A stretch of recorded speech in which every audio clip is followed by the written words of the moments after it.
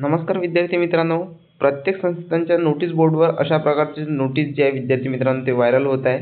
तर ही नोटीस काय आहे याची पुरेपूर माहिती आपण आजच्या व्हिडिओच्या माध्यमातून जाणून घेणार आहोत। विद्यार्थी मित्रांनो, रिझल्ट कधी लागणार, कशा प्रकारे लागणार आणि कट ऑफ काय असणार, ठीक आहे, याची सर्व माहिती आपण आजच्या व्हिडिओच्या माध्यमातून जाणून घेऊ। तर व्हिडिओ शेवटपर्यंत नक्की पहा।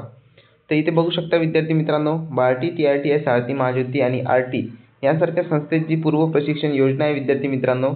त्याच्या निकालासाठी वापरण्यात येणारी सामान्यीकरण म्हणजे नॉर्मलायझेशन प्रोसिजर जे आहे त्याच्याबाबत हे परिपत्रक जाहीर झालेले आहे विद्यार्थी मित्रांनो। तुमचा रिझल्ट आणि नॉर्मलायझेशन जी प्रोसेस आहे ती कशा प्रकारे लागणार आहे, चला तर त्याची स्टेप बाय स्टेप माहिती आपण जाणून घेऊ। तर इथे बघू शकता, एका दिवसात एकापेक्षा जास्त शिफ्टमध्ये उपस्थित राहिलेल्या उमेदवारांचे सापेक्ष गुण निर्धारित करून त्यानंतर सम पातळीवर आणण्याची प्रक्रिया म्हणजे सामान्यीकरण म्हणजे नॉर्मलायझेशन होय, ठीक आहे। सामान्यीकरणाची प्रक्रिया ही सर्व शिफ्टमधील उमेदवारांनी गुणांकानुसार म्हणजे विद्यार्थी मित्रांनो, फॉर एक्झाम्पल 16 सप्टेंबर ते 17 ऑक्टोबरपर्यंत जेवढे पेपर झाले असेल तर त्यांच्या जे विद्यार्थी मित्रांनो शिफ्टमधील नुसार जे नॉर्मलायझेशन प्रोसिजर आहे ते राबवण्यात येत आहे।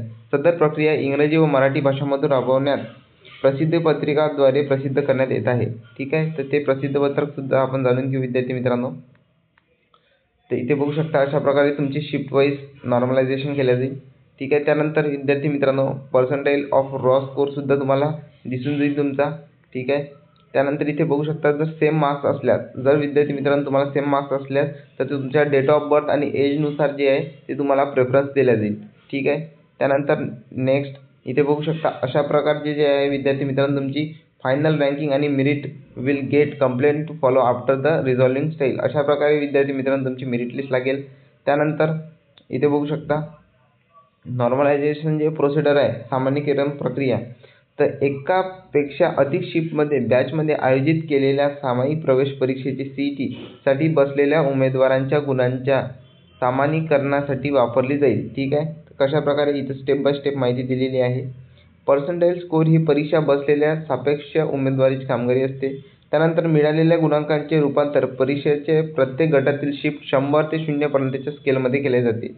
पर्सेंटाइल स्कोर त्या परीक्षेत त्या विशिष्ट टक्केवारीच्या बरोबर किंवा खाली समान किंवा कमी स्कोर मिळालेल्या उमेदवारांची टक्केवारी दर्शवते।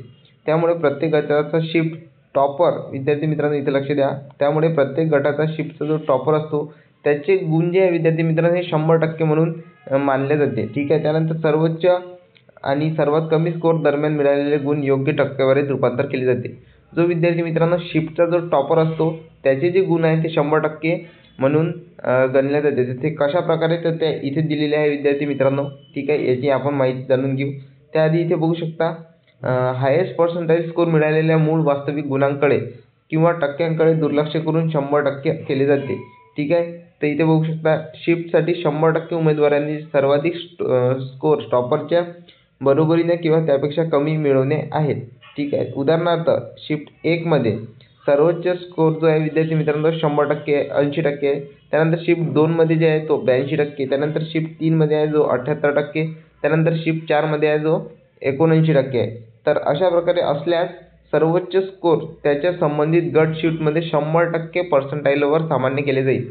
म्हणजे सपोज आहे फर्स्ट शिफ्टमध्ये जो टॉपर आहे विद्यार्थी मित्रांनो तो आहे 80 मार्कावर, सपोज 80 पर्सेंटाइलवर, तर हा त्या शिफ्टचा जो आहे तो 100% विद्यार्थी म्हणजे 100% मार्क मिळाले म्हणून विद्यार्थी गणला जाईल, ठीक आहे। अशा प्रकारे जो आहे विद्यार्थी मित्रांनो हार्डेस्ट ते लोअर टू हार्ड शिफ्ट जे आहे त्याची पर्सेंटाइल स्कोर तुम्हाला संकेतस्थळावर उपलब्ध करून देण्यात येईल, तुमच्या मेरिट लिस्टमध्ये उपलब्ध करून देण्यात येईल, ठीक आहे।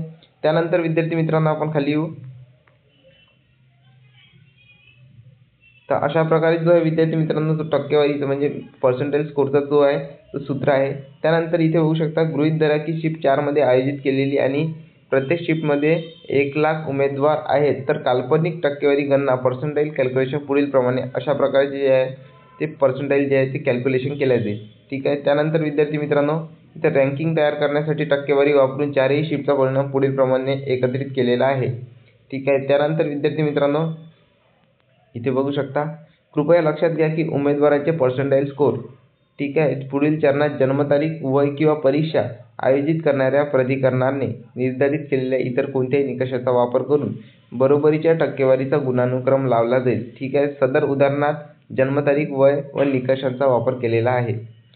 त्यानंतर विद्यार्थी मित्रांनो, इथे बघू शकता तुम्ही तुमची जी मेरिट लिस्ट आहे ती खालीलप्रमाणे संकलित केलेली आहे. अशा प्रकारे जे विद्यार्थी मित्रांनो तुमची मेरिट लिस्ट लागणार आहे. इथे सिरीज वाईज, इथे रँकिंग वाईज. ठीक आहे.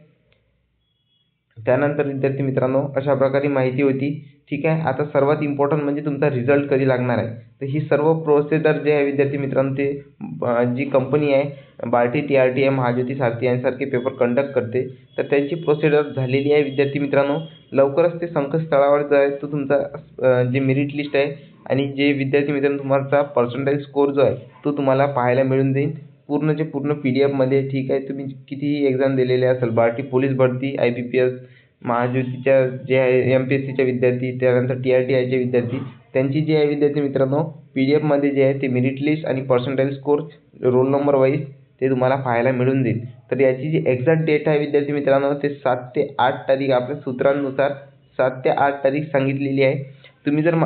तुम्ही जर जो आहे विद्यार्थी मित्रांनो निकालाचा जो दिनांक आहे तो जर व्हिडिओ बघितला नसेल तर तो तुम्हाला डिस्क्रिप्शनमध्ये मिळून जाईल. तर तिथे जाऊन सुद्धा तुम्ही बघू शकता. ठीक आहे. 7 ते 8, एक तर 7 तारखेला रात्री लागू शकते, त्यानंतर 8 तारखेला इव्हिनिंगला लागू शकते विद्यार्थी मित्रांनो. ठीक आहे. चॅनलवर नवीन असल्यास चॅनलला सबस्क्राईब नक्की करून घ्या अपकमिंग अपडेटसाठी.